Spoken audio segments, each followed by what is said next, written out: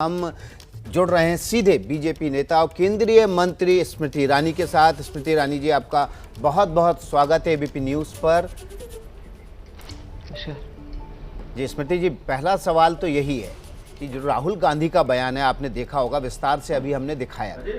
राहुल गांधी कह रहे हैं कि उत्तर भारत के लोग जो राजनीति करते थे उससे मेरी एक अलग तरह की राजनीति करने की आदत पड़ गई थी। सवाल ये था कि क्या अब जो मुद्दे उत्तर भारत के लोग उठा रहे हैं वो राहुल गांधी को नहीं सुहा रहे हैं या उनको वायनाड का साथ ज़्यादा सुहा रहा है? अगर आप उनके अंग्रेजी बयान को सुने तो उन्होंने कहा कि उनको 15 साल की उन्होंने सांसद के नाते उत्तर भारत में जो उनका अनुभव रहा उसमें उनको लोग बड़े सुपरफिशियल लगे, सतही मतलब खोखले लगे। दूसरा, उन्होंने कहा कि अब का उनका जो अनुभव है उसको अगर वो कंपेयर करें उनके उत्तर भारत के अनुभव के साथ, तो उत्तर भारत में उनकी जो राजनीति रही, उनका राजनीतिक अनुभव, राहुल गांधी ये कहते हैं, ये रहा कि बुद्धिमत्ता पे उन्होंने उत्तर भारतीयों के सवाल उठाया। तो हमने हिंदी में कहावत सुनी थी कि अंगूर खट्टे हैं, लेकिन लोकतंत्र में एक नेता का जनता के प्रति इतना द्वेष रखना, इतनी घृणा की भावना रखना, एक लोकसभा क्षेत्र जो सतत उनके परिवार को वोट देता आया, जिसने 15 साल बिना किसी विकास के काम के भी फिर भी राहुल गांधी के प्रति उदारता दिखाई, उस लोकसभा क्षेत्र के लोगों का इतना बड़ा अपमान उन्होंने किया, 1.5 साल बाद भी वो उस हार को भूले नहीं हैं। इसको राहुल गांधी ने अपने इस भाषण के माध्यम से प्रतिबिंबित किया या फिर लोगों के सामने प्रस्तुत किया। लेकिन स्मृति जी, उन्होंने कहीं भी रायबरेली या अमेठी किसी भी लोकसभा क्षेत्र का नाम नहीं लिया। 15 साल से विकास जी, उन्होंने इस अनुभव को भुनाया कि वो 15 साल जहां से सांसद थे उत्तर भारत के, अब आप सब जानते हैं कि सांसद वो अमेठी के थे, तो आप भी क्यों राहुल गांधी जैसा बर्ताव कर रहे हैं? मुद्दे की बात पर सटीक बात करें। 15 साल से उनका जो राजनीतिक अनुभव रहा वो किस क्षेत्र से रहा? उत्तर भारत के अमेठी से रहा ना जी। अब हम इसको तो आप झुटला नहीं सकते। बिल्कुल, लेकिन अब हम थोड़ा धुर दक्षिण यानी कि वायनाड से थोड़ा ऊपर की तरफ आते हैं। पुदुचेरी में राहुल गांधी थे पिछले हफ्ते, और उस समय वहां पर वो जनता से बात कर रहे थे और उनके साथ वहां के तत्कालीन मुख्यमंत्री नारायणसामी भी थे। आपने भी वो वीडियो और तस्वीरें देखी होंगी जब नारायणसामी ने एक महिला के सवाल को राहुल गांधी के सामने गलत तरीके से अनुवाद करके रखा और राहुल गांधी ने उसका जो जवाब दिया। राहुल गांधी के अपने नेता ये मानते हैं। आप देखिए, ये जो वीडियो आप मुझे याद दिला रहे हैं, इस वीडियो के माध्यम से संकेत क्या देता है कांग्रेस का नेतृत्व कि राहुल गांधी के ऊपर उनका किस प्रकार से उनका अनुभव रहा है कि वो सरेआम राहुल गांधी को झूठ बोलते हैं इस विश्वास के साथ कि राहुल गांधी को सत्य की परख नहीं है। ये वीडियो न सिर्फ कांग्रेस के नेतृत्व के छलावे को सबके सामने उजागर करता है, लेकिन कांग्रेस के कार्यकर्ता, कांग्रेस के पूर्व मुख्यमंत्री अथवा कांग्रेस के वो वरिष्ठ नेता राहुल गांधी के बारे में क्या सोच रखते हैं, ये सार्वजनिक हुआ है। कोई भी नेता, कोई भी कार्यकर्ता अपने वरिष्ठ और हाईकमांड नेता के सम्मुख झूठ नहीं बोलता, और वो भी सार्वजनिक इस प्रकार से लज्जित नहीं करता। इसका मतलब साफ है कि नारायणसामी जी भी जानते थे कि राहुल गांधी जी को सत्य की परख नहीं है, उनको झूठ बोल दें तो झूठ आसानी से वो पचा लेते हैं। अच्छा, एक चीज़ मुझे समझाइए। कुछ लोग कह रहे हैं कि स्मृति ईरानी ने जब ज़मीन खरीदी अमेठी में अपना नया घर बनाने के लिए, वैसे तो आपको बहुत बहुत मुबारक हो, आप नया घर बनाने जा रहे हैं। हमारे यहाँ कहा जाता है कि लड़की की शादी और नया घर बनाना ये जीवन के 2 बड़े अहम काम होते हैं जो जीवन में आदमी को ज़रूर करने पड़ते हैं कभी ना कभी। तो आपको बहुत मुबारक, आप नया घर बनाने जा रहे हैं। लड़की को पढ़ाना भी उन अहम कामों में जोड़ लीजिए। बिल्कुल, हाँ बिल्कुल। अब लड़कियों को पढ़ाने पर भी जाहिर तौर पर आपकी सरकार भी बहुत ज़्यादा जोर दे रही है, पहले से भी जोर देते रहे हैं। लेकिन ये कहा जा रहा है कि आपने जब ज़मीन खरीदी अमेठी में नया घर बनाने के लिए, तो राहुल गांधी ने उसके बाद ही केरल में ये बयान दिया है। इन दोनों कामों का क्या कनेक्शन है? नहीं विकास जी, 2014 में मैं स्वयं अमेठी से चुनाव हारी थी। लोगों का ये अनुमान था कि मैं 14 के बाद कभी लौटूंगी नहीं। हार के बावजूद भी मैं लौटी क्योंकि अमेठी की जनता ने उस प्रकार की उदारता दिखाते हुए मुझे अपने परिवार का एक हिस्सा बनाया। आज मैं ये कह सकती हूँ कि साल 2019 में जब मैं चुनाव लड़ी थी तो उन्हीं परिजनों ने मुझसे एक ही आग्रह किया था कि अमेठी का सांसद कभी भी अमेठी में घर लेकर रहा नहीं है। मैं अब तक किराए के मकान में रह रही थी। ये मेरा सौभाग्य है कि अब वहाँ पर अपना ही एक घर बनाने का मुझे एक मौका मिला है। लेकिन मैं ये कहना चाहूँगी कि चुनावी हार जीत सभी लोगों के राजनीतिक जीवन का एक अभिन्न अंग है। इस हार जीत के पलड़े में अगर हमें आंकना है तो अपने आप को आंकना है, अपनी क्षमता को आंकना है, ना कि जनता को दोष देना है। कई मुद्दों पर हम जनता की उम्मीदों पर अगर खरे नहीं उतरते, जनता अगर हमें वोट नहीं देती, इसका मतलब ये नहीं कि हम अपने ही देश के लोगों के प्रति द्वेष की ऐसी भावना रखें, नफरत की ऐसी भावना रखें। तो राहुल गांधी जो 1.5 साल से अपने दिल में अमेठी के प्रति नफरत पाल रहे थे, वही उन्होंने अपने वायनाड के इस भाषण के संदर्भ में उजागर किया है। और मुझे बहुत खेद होता है क्योंकि 15 साल जब वो सतत वहाँ से सांसद रहे, उन्होंने विकास का कोई काम नहीं किया। मैंने बार बार साल 2014 से इस बात को सबका ध्यान इस पर आकृष्ट किया कि संभव नहीं है कि 15 साल कोई व्यक्ति किसी क्षेत्र में राजनीति करे, ना वहाँ पर कोई जिला कलेक्टर का वो ऑफिस बनाए, ना मेडिकल वहाँ पर कॉलेज बनाए, ना अस्पताल बनवाए।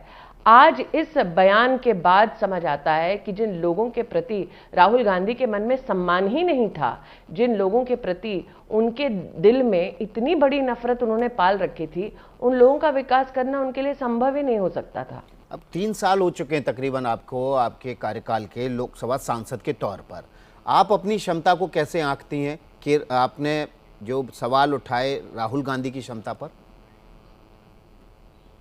देखिए, मैंने अमेठी लोकसभा क्षेत्र में 5-6 प्रमुख वादे किए थे। एक अमेठी बाईपास का वादा जो 20 साल से लंबित था, वो बाईपास पास हो चुका है। 30 साल से एक सपना दिखाया जा रहा था अमेठी की जनता को कि एक मेडिकल कॉलेज खुलेगा। मेडिकल कॉलेज की ज़मीन गांधी खानदान ने अपने ट्रस्ट के नाम कर ली, लेकिन अपने लिए वहाँ पर उन्होंने एक गेस्ट हाउस बना लिया। मेडिकल कॉलेज कभी भी अमेठी की जनता को बनाकर नहीं दिया। 30 साल के सपने को नरेंद्र भाई और योगी जी की सरकार ने वहाँ पर साकार किया।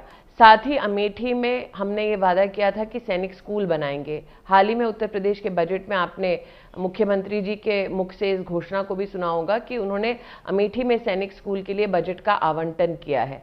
घर बनाने का एक वादा किया था जो पूर्ण होने वाला है, ज़मीन खरीद ली है। और एक वादा था कि ट्रॉमा सेंटर वहाँ पर खुलेगा। तो इन सभी वादों पर मैं खरी उतर पाई, ये मेरे लिए सौभाग्य की बात है विकास जी, क्योंकि अभी तक मेरे संसदीय कार्यकाल का अमेठी की सांसद के नाते 2 वर्ष भी पूरा नहीं हुआ है। किसी भी सांसद के लिए ये एक सुख की अनुभूति होती है कि 2 साल भी पूरा नहीं हुआ, लेकिन जो प्रमुख वादे किए थे उनको हम पूरा कर पाए हैं अमेठी में। तो ये कहा जा सकता है कि आपने जो वायदे किए थे अपने चुनाव के दौरान, वो सभी वायदे पूरे हो गए या कुछ एक वायदे अभी भी बचे हैं? जी, मेरे लिए ये मैंने जैसे कि कहा, ये जो प्रमुख वादे थे उन सबको मैं पूर्ण कर पाई हूँ भारतीय जनता पार्टी की केंद्र और प्रदेश की सरकार के माध्यम से। लेकिन ये भी कहना उचित होगा कि क्योंकि जीवन की आपाधापी में रोज़ नागरिकों की ओर से कोई ना कोई दरकार, कोई ना कोई चुनौती को समाधान तक पहुंचाने की उनका एक निवेदन रहता है, उनकी एक मांग रहती है। तो कोई भी सांसद जो जनता के प्रति समर्पित हो, वो ये कोशिश में रहता है कि वो डेली जनता की उन मांगों पर खरा उतरे, क्योंकि हम संवाद की एक श्रृंखला बनाते हैं, सेतु बनाते हैं वहाँ पर जिला प्रशासन, प्रदेश सरकार और केंद्र की सरकार के मध्य में। तो मेरा ये सौभाग्य है कि संवाद की दृष्टि से भी अमेठी की जनता और प्रशासन के बीच में मैं सेतु का काम कर पा रही हूँ। जी, एक बड़ा मुद्दा हमेशा से अमेठी में रोजगार का रहा है। वहाँ कुछ फैक्ट्रियाँ भी थीं जो बंद हैं उस इलाके में। रोजगार को बढ़ाने के लिए आपने क्या कदम उठाए हैं या आने वाले समय में कौन कौन से ऐसे कदम होंगे जिनको आप उठाने जा रहे हैं? देखिए, 20 साल 25 साल के अंतराल में जब गांधी खानदान वहाँ पर संसदीय क्षेत्र में एक छत्र राज कर रहा था, इनफैक्ट ये कहना उचित होगा कि उनका जो क्षत्रिय राज है वहाँ पर वो करीबन 40 से 50 साल रहा। उनका जो काम करने का तरीका था वो ये कि आप ज़मीनें ले लो किसानों से, इस सपने को भुनाओ कि वहाँ पर फैक्ट्री खुलेगी, 1-2 महीने के लिए फैक्ट्री चलाने का ढोंग करो, उसके बाद फैक्ट्री को बंद करो, बैंक्रप्सी डिक्लेयर करो, बैंक लोन फिर बैंक्रप्सी में चला जाता है और साथ ही वहाँ की ज़मीन फिर परिवार का ही ट्रस्ट अपने नाम कर लेता है। आपने बार बार मेरे मुख से सम्राट साइकिल का उल्लेख सुना होगा। 80 के दशक में अमेठी में, गौरीगंज में किसानों से जमीन ली जाती है और ये सपना दिखाया जाता है कि वहां पर साइकिल की फैक्ट्री चलेगी। फैक्ट्री चलती नहीं है। उस फैक्ट्री की जमीन को फिर राहुल गांधी के परिवार ने अपने ही फाउंडेशन में, ट्रस्ट में, वो उसको खरीद लेते हैं। और इसमें दुविधा की बात ये रहती है कि फैक्ट्री एक कमर्शियल जमीन होती है, फाउंडेशन कोई कमर्शियल एक्टिविटी कर नहीं सकता, फिर भी इस कानून का उल्लंघन करते हुए, इस रेगुलेशन का उल्लंघन करते हुए वो परिवार उस जमीन को अपने नाम कर लेता है, जब्त कर लेता है। किसान जाते हैं स्थानीय कोर्ट में, कोर्ट से आदेश लेते हैं कि आप उस जमीन को वापस लौटाएं किसानों को, लेकिन राहुल गांधी का परिवार किसान के खिलाफ कोर्ट चला जाता है। इसी प्रकार से अमेठी में किसानों की जमीन ली जाती है ये कहते हुए कि वहां पर कॉलेज बनाया जाएगा, इंटर कॉलेज बनाया जाएगा। इंटर कॉलेज बनता नहीं है। दोबारा गांधी परिवार उस जमीन को अपने ट्रस्ट के नाम पर चढ़ा लेता है, वहां पर अपना कार्यालय बना लेता है। जब वो किसान जाते हैं प्रशासन के पास तो गांधी परिवार उन किसानों के खिलाफ दोबारा कोर्ट चला जाता है। तो मैं जब अमेठी के बारे में चर्चा करती हूं तो राहुल गांधी, श्रीमती वाड्रा से एक ही गुहार लगाती हूं कि कम से कम आप जो किसानों की जमीनें खा बैठे हैं अमेठी में, वो तो लौटा दीजिए। ये और कोई भी नहीं ले पाया है जमीन, ये सिर्फ वो फाउंडेशन ले पाया है जिसमें मेंबर श्रीमती वाड्रा, श्रीमती गांधी और राहुल गांधी स्वयं है। तो इसका आरोप वो किसी और के सर पर नहीं मढ़ सकते कि किसी और ने गलती की है, इससे हमको बरी किया जाए। ये स्वयं जानबूझकर उनके द्वारा किया गया कृत्य है। तो आज जब अमेठी में हम लोग ITI का सेंटर खोलते हैं ताकि वहां के बच्चे प्रशिक्षित हो सके, आज जब सलोन विधानसभा जो रायबरेली जनपद में आता है उसमें पॉलिटेक्निक खोला जाता है, आज जब हम मेडिकल कॉलेज वहां पर खोलने की घोषणा होती है, उसका काम शुरू होता है, तो विकास जी, शिक्षा से लेकर कौशल तक जोड़ना और साथ ही प्रधानमंत्री जी ने जो स्वनिधि योजना शुरू की, मुद्रा योजना शुरू की, मैं स्वयं साक्षी हूं कि अमेठी में 7,000 से ज्यादा लोगों को स्वयं के व्यवसाय के लिए वहां पर लोन भी सरकार ने मुहैया कराया है।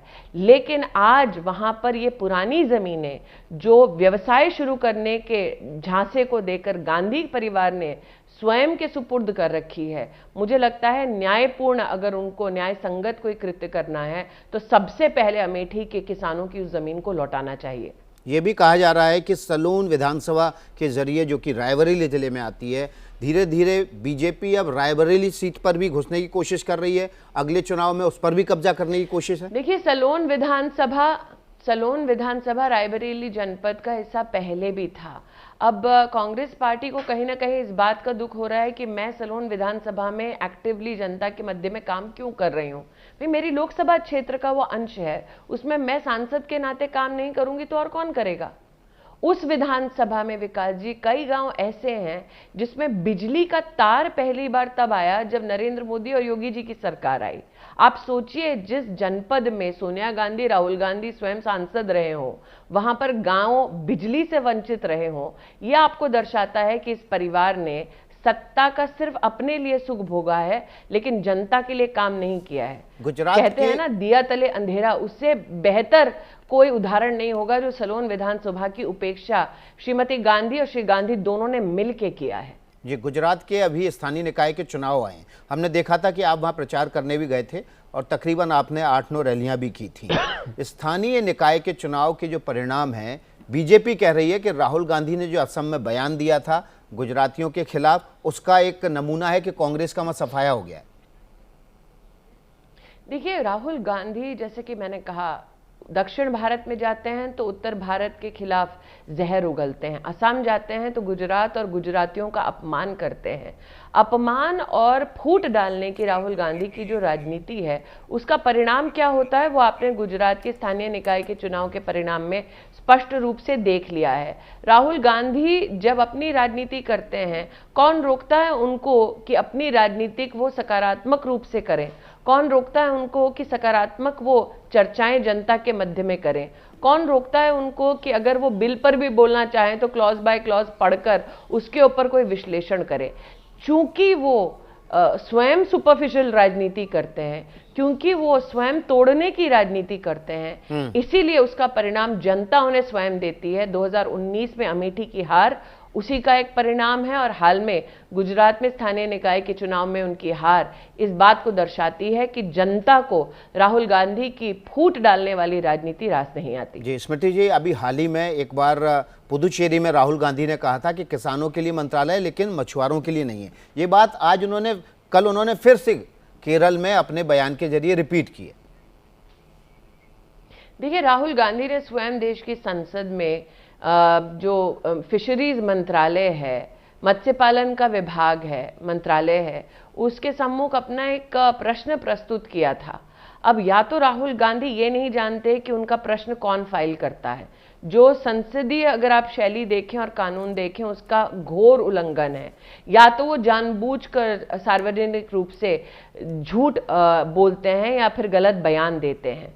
अब आप भी जानते हैं कि पिछली बार जब पुडुचेरी में उन्होंने मत्स्य पालन मंत्रालय के संदर्भ में एक झूठा वादा जनता को किया था, तो स्वयं हमारे वरिष्ठ नेता गिरिराज सिंह जी, जो उस मंत्रालय के मंत्री भी हैं, उन्होंने भी राहुल गांधी का ध्यान आकृष्ट किया था कि साहब, आप जो जनता से 2021 में वादा कर रहे हैं, उस विभाग को, उस मंत्रालय को नरेंद्र मोदी 2019 में बना चुके हैं। फिर भी इस झूठ का दोबारा राहुल गांधी द्वारा रिपीट किया जाना इस बात का संकेत है कि राहुल गांधी को सत्य से कोई सरोकार नहीं। जी बहुत बहुत शुक्रिया स्मृति ईरानी जी, एबीपी न्यूज़ के लिए सुबह सुबह वक्त निकालने के लिए अपने व्यस्त समय में से। स्मृति ईरानी हमारे साथ जुड़ी थी। राहुल गांधी पर उन्होंने ज़बरदस्त हमला किया, बोली कि राहुल गांधी के लिए राजनीति सिर्फ बांटने का काम है, उनके लिए राजनीति में अंगूर खट्टे हैं और अपनी अमेठी की हार की भड़ास वो अपने बयानों के जरिए उत्तर और दक्षिण को बांट के निकाल रही है।